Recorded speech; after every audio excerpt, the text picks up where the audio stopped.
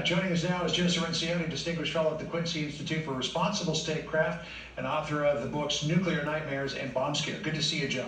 We want to talk about this ultimate nightmare, and that might be the use of chemical or biological or, God forbid, nuclear weapons, because the Russians have been trying to get in here to Kiev on at least two, maybe even three axes. They haven't managed to do that yet. Even here in Kharkiv, they have not managed to surround the city. Down here in Mykolaiv, they have tried to get around the city, but they can't. They've surrounded it on three sides, but they're stuck. They're trying to get to Odessa. They can't make it there. They continue to bomb Mariupol into what they hope would be submission from the Russian side, at least. Of course, the people in Mariupol don't like that at all. And they really haven't made any advances anywhere else. They're kind of stuck. Yeah. So does that increase the possibility that Vladimir Putin may go to something unthinkable to try to wedge things free? Unfortunately, it does. It's remarkable that the Ukrainians have been able to do this, completely unpredicted by almost anyone. The Russian offensive has stalled. The Ukrainians are actually mounting counteroffensives.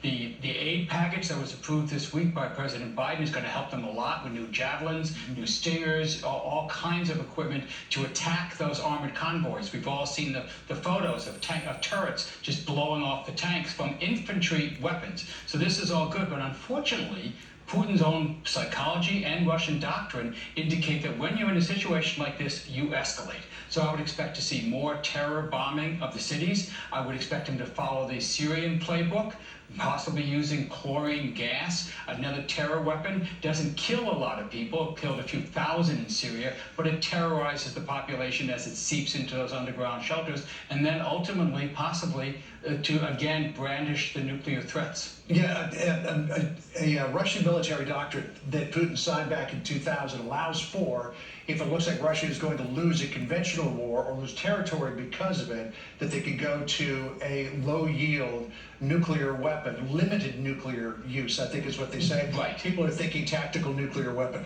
Where might that come from? All right, well, here is Engels Air Force Base in Russia, not too far away from Ukraine. This is Kaliningrad up here, which is essentially Russia as well. And that is basically just an arms depot. There are a number of, let's bring it up here, the satellite photo here at this Engels Air Force Base. There are a number of Bear Tu-94 bombers. These also look like Sukhoi 24 bombers. They could potentially carry a nuclear weapon as well. Kaliningrad, something could come from there. It could come from a number of different places. But what's the level of threat you think that one of these Bears could one day, these are long-range bombers, go into Ukraine and drop something? That's exactly right. There's nothing in the doctrine that rules out the strategic weapons, the long-range bombers, even missiles. And it doesn't dictate that nuclear use has to be in the theater. So it could range from a demonstration shot, for example, something over the Black Sea, we discussed that last week, of a military target in Ukraine, a military target in NATO territory. The purpose of this escalate to de-escalate strategy, as they call it, is to signal to the West, back off. We're maybe losing on the ground, but we have this trump card to play. If you continue to aid the Ukrainian forces, we will go even further. Unfortunately, the NATO doctrine is not to back off, and you could see a nuclear threat from a nuclear use by Russia responded to by NATO. I'm sorry, it's right there. These are Tu-160s, not Su-24s. Let me bring you out to this, because